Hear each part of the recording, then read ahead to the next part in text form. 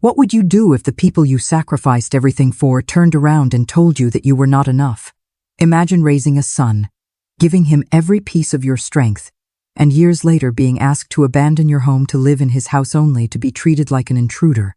Picture being asked for money under the disguise of love, watching your savings vanish, and realizing too late that it was never about family, but about being used. The betrayal does not come from strangers. It comes from the ones who should have held you the closest. And when the mask finally slips, when the cruel words are spoken out loud, you are forced to decide, do you stay silent, or do you reclaim your power?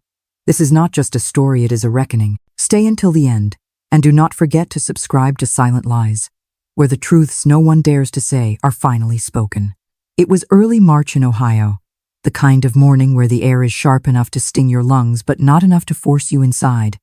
The yard was still coated with patches of frost, the soil brittle beneath my shoes as I bent down to snip the last wilted mums. My breath hung in front of me in pale clouds. I was busying myself with small chores, anything to fill the silence of a house that had been too quiet for too long. That was when the phone rang. The sound startled me, breaking through the brittle calm of the garden. When I picked up, I heard my son's voice, soft, careful, the kind of tone that made you brace yourself. "Hey, Mom, how are you doing?" Brian had not called in weeks. That was not unusual anymore. Since his marriage, our conversations had grown shorter, strained, polite, like strangers reciting lines from a script. I told him I was fine, that I had been busy with the garden and sorting through Harold's old belongings. It was a lie. I had not touched a thing in my husband's closet. The faint smell of his jackets was still strong enough to bring me to my knees. But Brian did not need to know that. He went quiet for a second, then said, "You have been alone for a while now. I do not like the idea of you rattling around that big house all by yourself."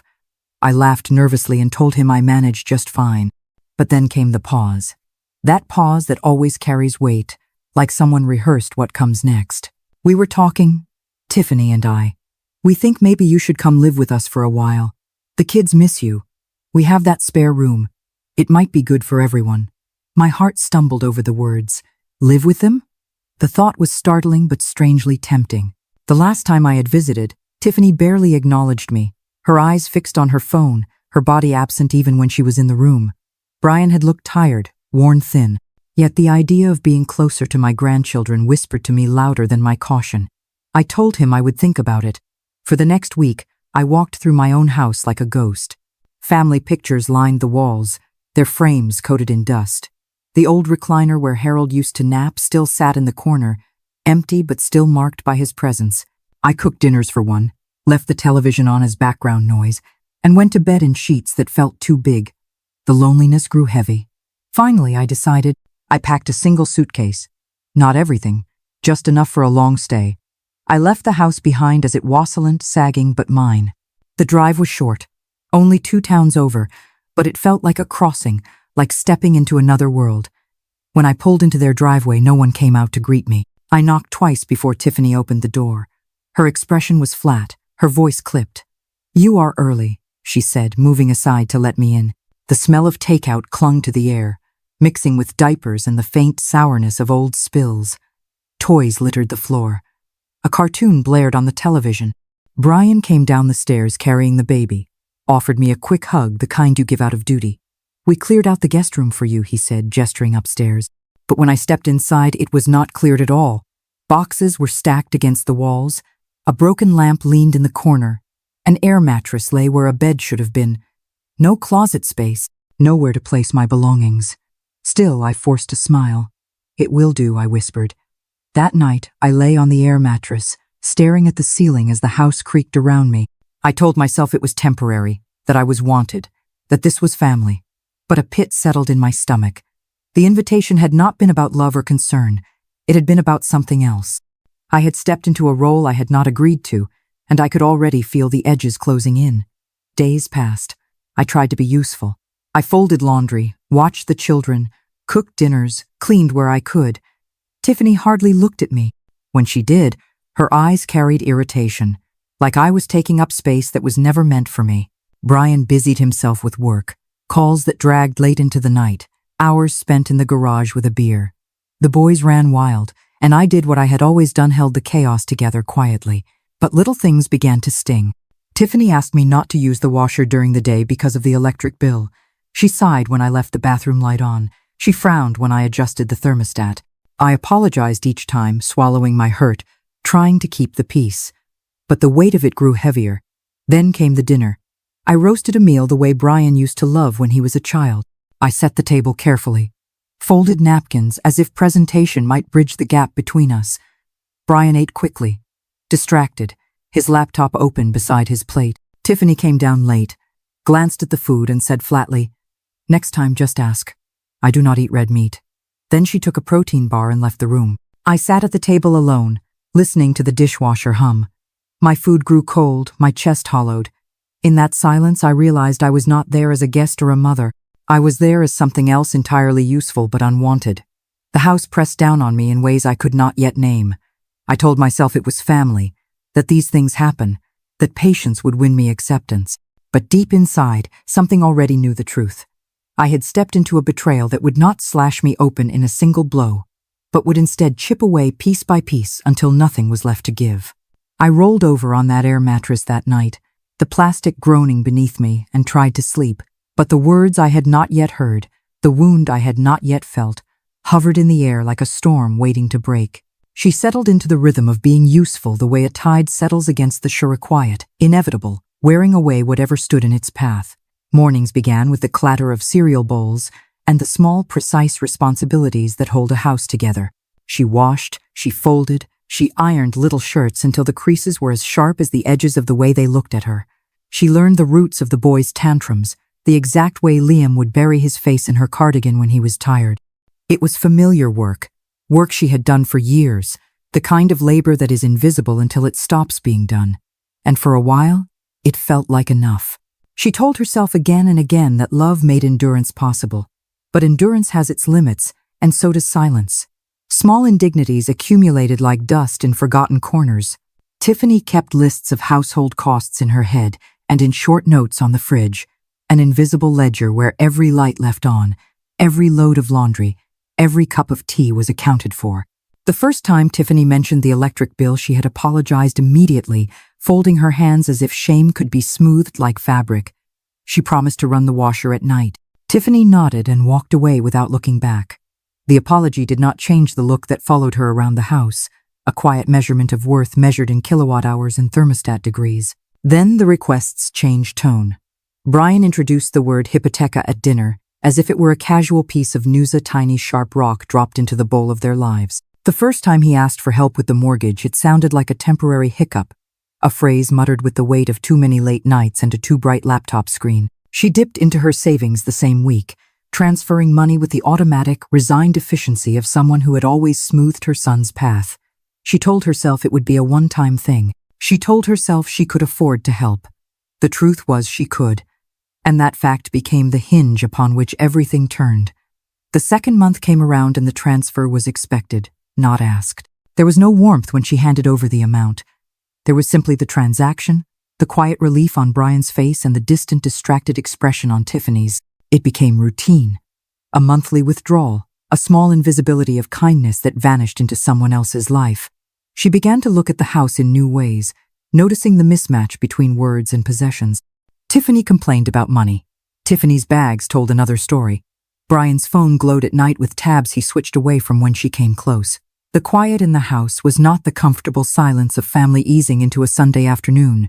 It was heavy with things unsaid and secrets kept. One night she followed the ledger on a hunch and found an email that had been missed, a notification buried under months of other messages. Her heart stuttered when she opened it because the numbers did not match the narrative she had been sold. Charges with the same odd merchant name appeared again and again on the statement like small bites taken from the whole. She typed the merchant into a search box and felt her stomach fall when she saw the results: an online betting site, its polished interface designed to feel normal, like any other service. The pattern was ugly and obvious. Dozens of charges, each one large enough to matter, spread through the weeks she had been sleeping on an air mattress in his house. They were not small indulgences. They were a habit. They were a secret siphon. The revelation did not explode into a dramatic confrontation that night. She sat in the dim glow of the computer screen and let the truth settle into her bones. What followed was not immediate revenge or spectacle. It was a grief like a slow, sharp knife. She remembered every time she had given without question. The years paying for college, the down payment she had helped with, the car repairs after a night of hard work, the calls she had answered at 2 in the morning. Each memory folded into the next until she felt like she was subtracting herself little by little. Anger arrived as a cold, controlled thing. Resentment lived under her ribs for a time, tasting of penny-pinching conversations and lectures she had swallowed when she had been younger and more forgiving. But beneath anger was a new clarity, the recognition that her generosity had been weaponized. She had been manipulated into a pattern where love and money were interchangeable, where her value was measured by what she could provide rather than who she was. The discovery of the gambling charges turned that understanding from suspicion into certainty. She did not call Brian in the middle of the night. She did not scream. She moved instead with the precision of someone who had lived through loss and had learned how to rearrange the pieces of her life to prevent further harm.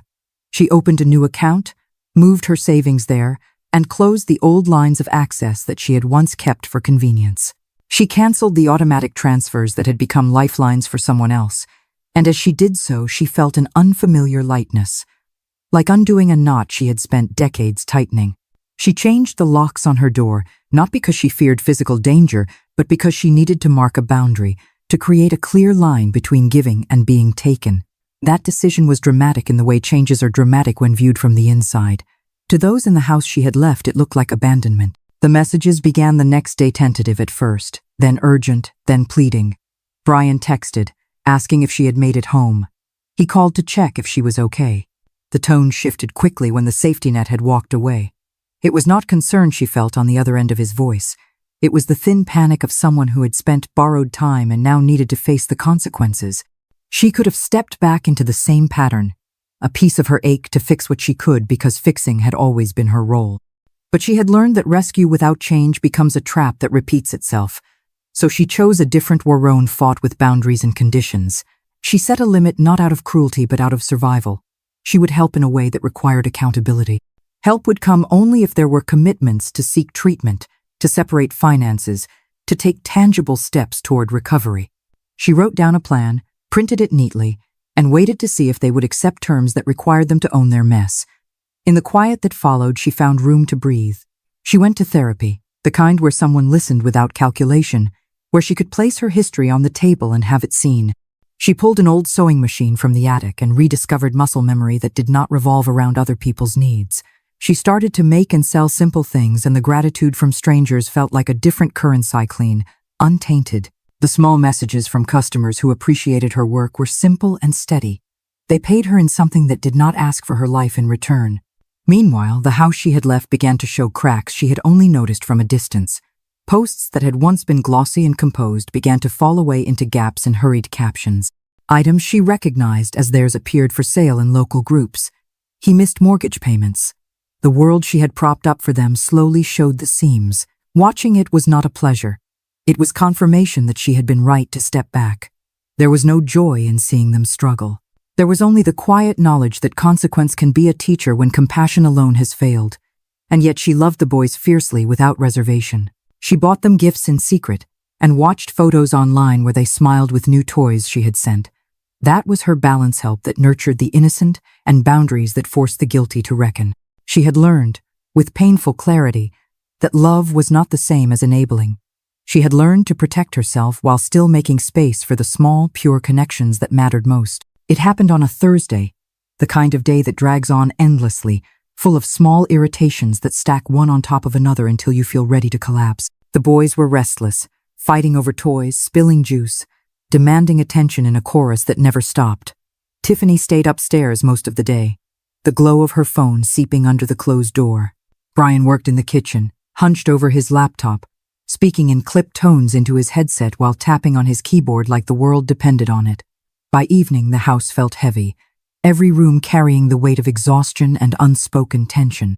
I made a chicken casserole, the kind that stretched into leftovers, because I thought at least dinner could bring us together. When I called them down, no one came quickly. The boys dragged their feet. Tiffany shuffled in late, eyes still on her screen, barely acknowledging me. Brian sat down, but his gaze never left the laptop propped beside his plate. The children picked at their food and argued until they pushed away from the table without finishing. I tried to hold on to the picture of family, to imagine this meal as a shared moment rather than a fractured performance. I said gently, almost timidly, that maybe if we ate together more often, the boys might learn to enjoy their meals. That was when Tiffany looked up for the first time all evening. Her expression was cool, her voice flat but edged like a knife. "You are always making little comments, Maggie, like we do not know how to run our own house." The words hit me harder than I expected. I tried to respond, to explain that I meant no harm, but she cut me off sharply. "You do a lot of talking for someone who does not actually contribute enough to be making suggestions." The room seemed to collapse around me. My chest tightened. My hands trembled under the table. Brian kept his eyes on his plate, saying nothing, his silence as sharp as Tiffany's cruelty. The air drained from the room and left me exposed, as if I had been stripped bare in front of them both. In that moment, something inside me cracked. I thought of every time I had been there for Brian, of nights when he had fevers and I rocked him until dawn, of the days I worked 2 jobs so he could eat well, of the years I went without so he could have more. I thought of the money I had handed over without hesitation, the meals I cooked, the laundry I folded, the children I cared for while Tiffany disappeared into her phone. And after all of it, I was told I did not contribute enough. I rose slowly, carrying my plate to the sink. I rinsed it in silence, not trusting my voice to carry without breaking. Then I walked down the hall to the cramped room they had given me, sat on the edge of the air mattress, and stared at the floor until my vision blurred. That night, I did not sleep. My mind replayed her words again and again, each time sharper, each time cutting deeper. By morning, I knew something had shifted. I went through the motions quietly. I packed my suitcase, folding my few clothes with deliberate care. As I lifted it toward the door, I noticed it had already been moved, waiting in the hallway as though someone had prepared for my departure before I had even made the decision. That detail broke something final in me. They had anticipated my leaving. Maybe they had even hoped for it. But another part of me hardened in that moment. I was done. I would no longer be their housekeeper, their babysitter, their bank account disguised as a mother. They would discover what life looked like without me. And I would discover what life looked like when I chose myself first. I wanted to say goodbye to the boys, to hug them one more time, to press my cheek against their hair and breathe in their innocence. But I knew if I saw their sleepy eyes and felt their little arms wrap around me, I would not be able to leave. So I slipped out silently. I left a single note on the kitchen counter, written in the neat cursive I had learned in Catholic school. "Thank you for having me." The house was still when I left, its silence confirming what I already knew. No one came down the stairs. No one peeked from behind a door. No one stopped me. I loaded my suitcase into the car and drove away. My eyes blurred with tears I tried to hold back. They were not tears of regret for leaving. They were tears for ever believing I belonged there. When I pulled into my own driveway, the house greeted me like an old friend, worn dusty but steadfast. I stepped inside and breathed in the stale air, the smell of time suspended. I touched the furniture, the photographs, the worn slippers by the bed. I felt foolish for abandoning this place in search of comfort somewhere else. It had been here all along, waiting for me. Before unpacking, I sat at the kitchen table and opened my banking app. My heart pounded as I scrolled to the automatic transfers, the ones that had funneled my money into their home each month. With steady hands, I pressed cancel, one after another. Click, click, click. The sound was final, each cancellation a small act of liberation. The first text from Brian came that afternoon. "Hey, just wanted to check if you made it home okay." I stared at it, feeling the weight of what he did not say. No apology, no acknowledgement. Only the faint concern of someone who had lost his safety net. I did not respond. Hours later, another message arrived. "I know things got weird, but maybe we could talk soon." Again, I remained silent. By nightfall, he called. I let it ring until it went to voicemail. His message was full of careful words, but empty of remorse. He did not mention Tiffany's cruelty. He did not mention the months of using me. He only sounded worried about what came next, about the sudden absence of what I had provided. That evening, I ate alone in my kitchen. A frozen meal heated in the microwave, but it tasted like victory.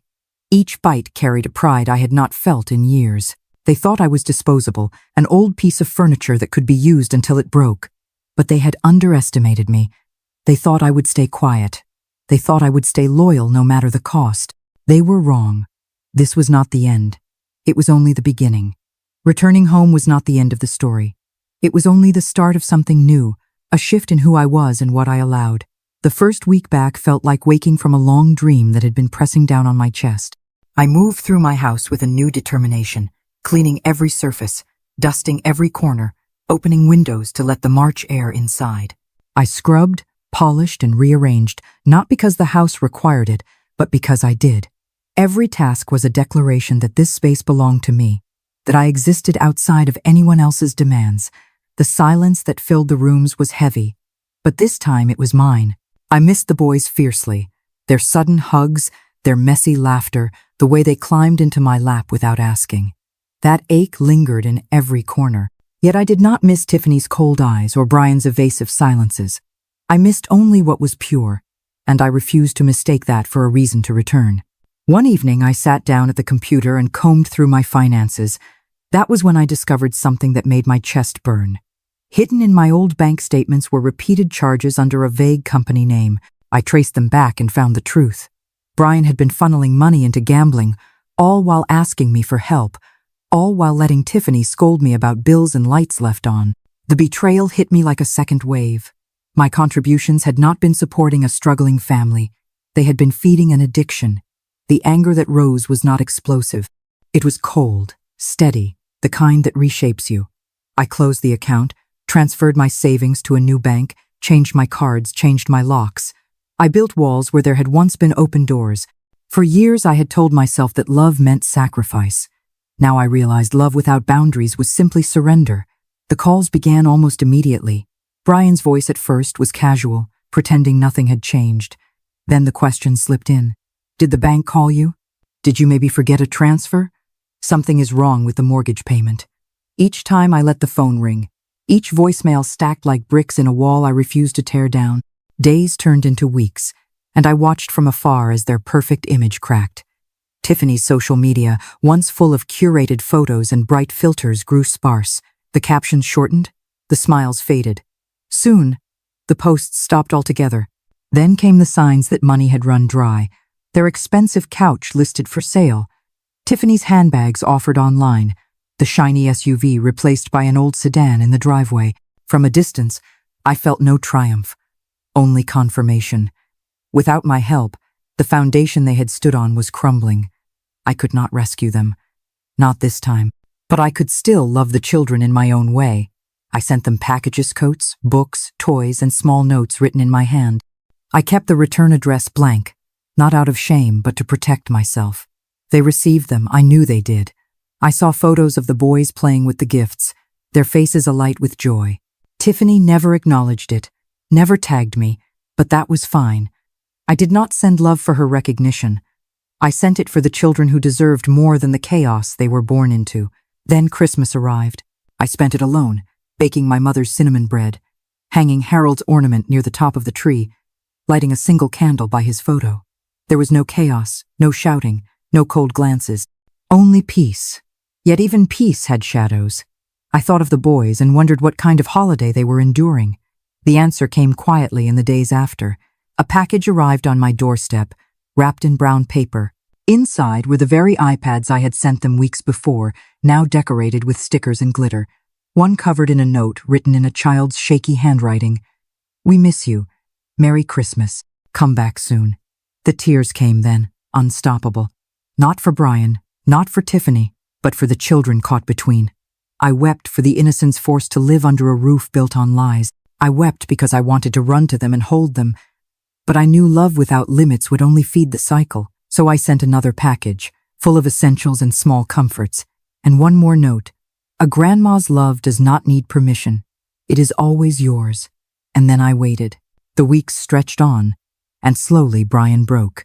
He showed up one evening at my door, thinner, pale, with eyes hollowed by secrets. He sat on my couch like a man confessing to the grave and admitted what I had already known. "I think I am addicted," he whispered. He spoke of nights lost to online betting, of bills piling up, of Tiffany's anger, of children shivering without heat. Finally, he asked the question I had been expecting. "Can you help us?" Just this once.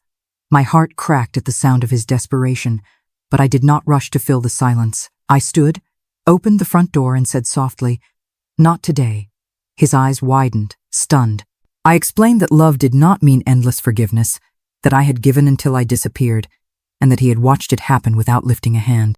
Tears fell down his cheeks, and for the first time his apology sounded real. But apologies are not enough. He left quietly, the weight of his mistakes heavy on his shoulders. In the weeks that followed, he returned. This time different.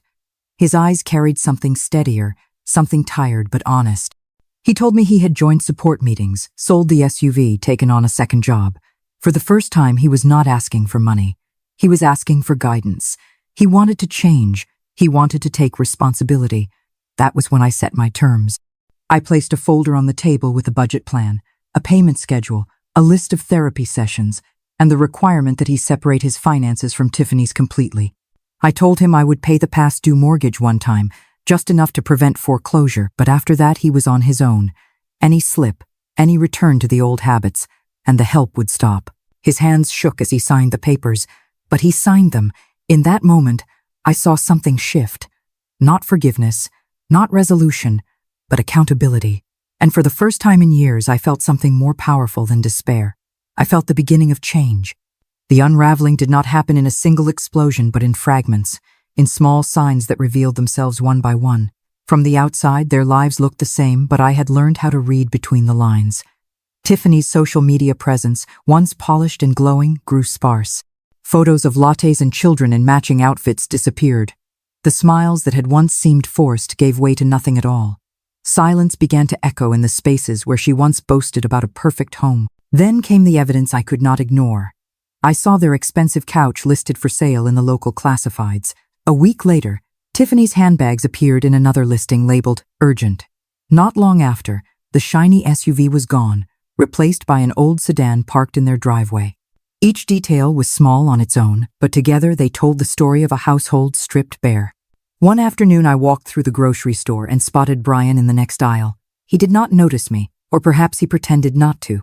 He looked thin, pale, his shoulders weighed down by invisible burdens. His cart held nothing extravagant, just frozen pizza, cereal in plain boxes, baby wipes stacked high. I watched him quietly from behind a display, a lump pressing into my throat. For a fleeting moment I wanted to step forward, to ask about the boys, to offer help. But then Tiffany's voice replayed in my mind. You do not contribute enough to make suggestions. I stayed hidden, letting him pass. That night I cooked myself a real dinner, lit a candle, poured a glass of wine, and reminded myself that solitude was not the same as defeat. Christmas arrived with a strange stillness. I decorated my tree alone, hung Harold's favorite ornament near the top, and baked the cinnamon bread my mother used to make. The house filled with warmth and scent, but even as peace surrounded me, I felt the absence of the boys like a bruise that refused to fade. I wondered how their holiday looked in a house where bills piled high and tempers ran thin. The answer came wrapped in brown paper a few days later. A package sat on my porch with no return address. Inside were 2 smaller boxes, decorated with stickers and glitter. One bore the words written in uneven, childish handwriting. We miss you, Merry Christmas. Come back soon. My breath caught. They had returned the iPads I had once sent, now covered in their tiny marks of love. I sat on the floor and wept. Not for Brian, not for Tiffany, but for the children trapped in a storm they did not create. I wanted to run to them, to gather them in my arms and tell them nothing was their fault. But love without boundaries had already cost me too much. Instead, I packed another box. Inside, I placed gloves, scarves, books, toys, and a note that read, A grandmother's love does not need permission. It is always yours. The next morning, I dropped it at the post office with no return label. As the weeks passed, the distance between us grew into something deliberate. I did not vanish entirely. I kept the thread of love tied to the children, but I refused to be the structure holding up a house built on denial. If they were going to survive, they would have to build it themselves. The silence from Brian stretched until it became its own kind of message. Then one evening the phone rang. His voice cracked with exhaustion as he confessed what I had already uncovered. He admitted the gambling, the lies, the weight of debts he could no longer carry. His words were stripped of excuses, bare and raw. I ruined everything, he whispered. Can you help us? Just this once. I looked at him, really looked. This was the boy I had once rocked to sleep, the man who had grown into someone I barely recognized. I thought of every sacrifice, every time I had handed over more of myself. And then I thought of Tiffany's cutting words, the suitcase waiting at the door, the way my love had been measured in utility. I stood, walked to the front door, and opened it. "Not today," I said softly. His eyes widened, hurt and confused. I explained that I had given until I disappeared, and he had let it happen. Now he would have to stand in the silence he had created. He left without protest, his shoulders heavy, his steps slow. I closed the door behind him and let myself cry not for him, but for the mother I used to be. That woman, who equated love with endless forgiveness, was gone. In her place stood someone new, someone willing to draw lines even when they hurt. Days turned into weeks, and then, unexpectedly, he returned. His hair was longer, his beard unkempt, but his eyes were different. Not manipulative, not desperate, but raw and tired. He told me he had joined meetings, sold the SUV, taken on a delivery job. For the first time, he was not just asking for money. He was asking for guidance, for a structure to rebuild his life. I swallowed the ache in my chest and laid down the terms. I showed him the folder with a payment agreement, a budget plan, and a list of therapy sessions. I promised to pay the overdue mortgage once, just enough to prevent foreclosure, but only if he followed the plan. Any slip, any sign of gambling, any merging of finances with Tiffany, and it would end. His hands trembled as he signed the papers. But he signed them. That night, I watched him leave with the folder tucked under his arm, and for the first time in years I felt something close to hope. Not because I believed everything would be fixed, but because accountability had finally taken root.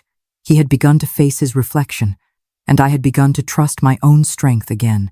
The weeks that followed were quieter than I expected, though quiet did not mean peace. It was the hush before a storm, the air dense with something unseen but undeniable. Brian tried, I could see that. He went to his meetings, sat in church basements with strangers who admitted things out loud that he had only ever buried. He clutched the budget plan like it was a lifeline and sent me receipts with shaky hands. Slowly, painstakingly, he began to untangle himself from the knots he had tied around his own life. Yet nothing about it was easy. His eyes still carried shadows. His hands still trembled when he logged into his account. Trust was a currency he had spent recklessly, and earning it back would not come quickly. Tiffany moved differently. Her smile no longer stretched across social media feeds. The posts that once boasted of latte art and curated home decor thinned into silence. I saw the shift in her eyes when she came to drop off the boys. The exhaustion was not just from motherhood. It was the weariness of a woman realizing the story she had built was unraveling. I did not pity her, but I recognized the fragility. Even the sharpest edges dull when reality presses hard enough. The tension between them was palpable. Every little thing became a spark. The way Brian folded laundry, the way he left shoes in the hallway, the tone of his voice when he said nothing at all. Tiffany snapped, retreated into her phone, built a wall of glass between them while the boys watched from the corners of their small world. The turning point came quietly, not with screaming or slammed doors, but at the kitchen table, the place where families often fracture or heal.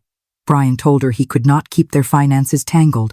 His voice was steady, low, not the voice of a man begging, but of one who had accepted something painful. He said he had to do this for himself, for the children. He admitted he could not keep living like a passenger in his own life. Tiffany sat in silence for a long time. Then she whispered words that surprised me. "You're right. I thought we could keep going, but I do not know if I can anymore either." They did not divorce, not then. But I saw something shift. Brian looked at her not with resentment, but with a quiet acceptance. He had begun to carry his own weight, and the balance between them tilted. I did not interfere. That was my promise to myself. I would not swoop in to patch the cracks or soften the blows. They had to figure it out on their own. And slowly, painfully, they did. One night, Brian called me. His voice was steady but tired. He said he wanted to move out. My heart clenched, but I listened.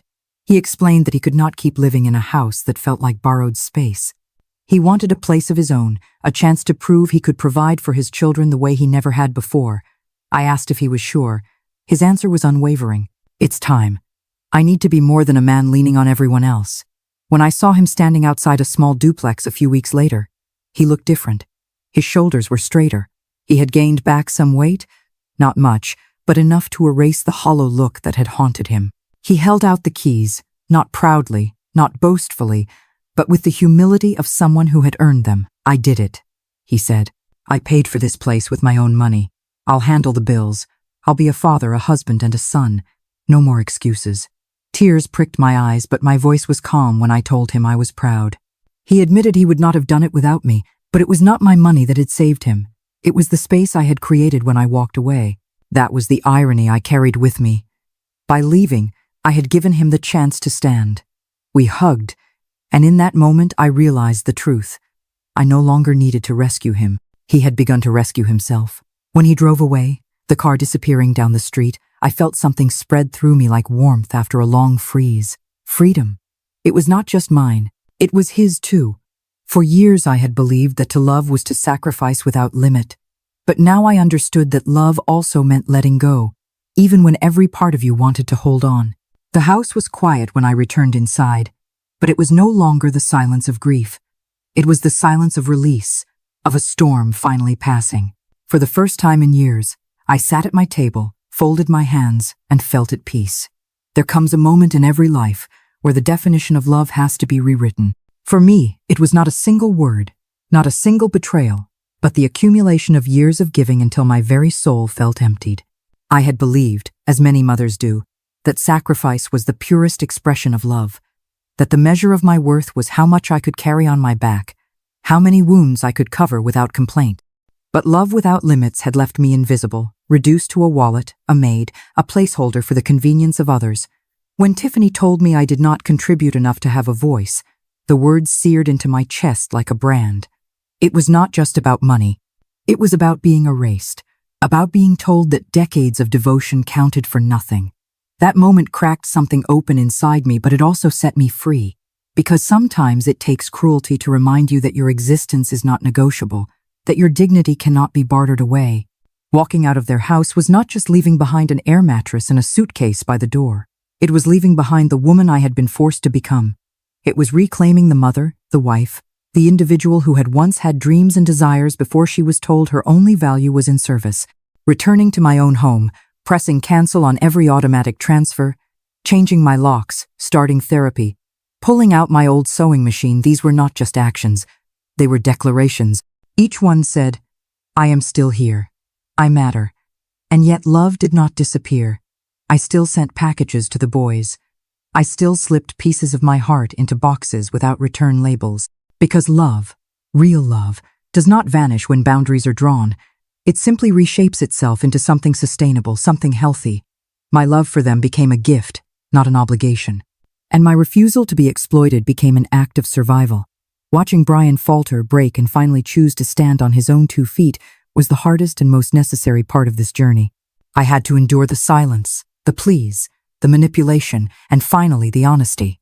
I had to witness the unraveling of his marriage, the crumbling of his finances, the collapse of the image he had built. But through it all, I refused to take the weight back onto my shoulders. Only when I stepped away did he learn to carry it himself. And when he held out the keys to his new home, I realized the truth. I had not abandoned him. I had given him the chance to become the man he needed to be.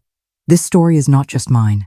It belongs to anyone who has been told they are not enough, anyone who has given everything and been met with silence. It belongs to the mothers, the fathers, the grandparents, the caregivers who have been taken for granted until they no longer recognize themselves. It is a reminder that setting boundaries is not cruelty. It is love in its truest, hardest form. So if you have ever been dismissed, overlooked, or diminished, let my story be the spark that reminds you. Your worth is not defined by what you give away. Sometimes the bravest thing you can do is to say no. Sometimes the most powerful act of love is to walk away. And when you do, you will find something waiting for you on the other side yourself. Do not forget to subscribe to Silent Lies, because stories like this are not just tales. They are truths that echo in countless lives. And here, those truths are finally spoken out loud.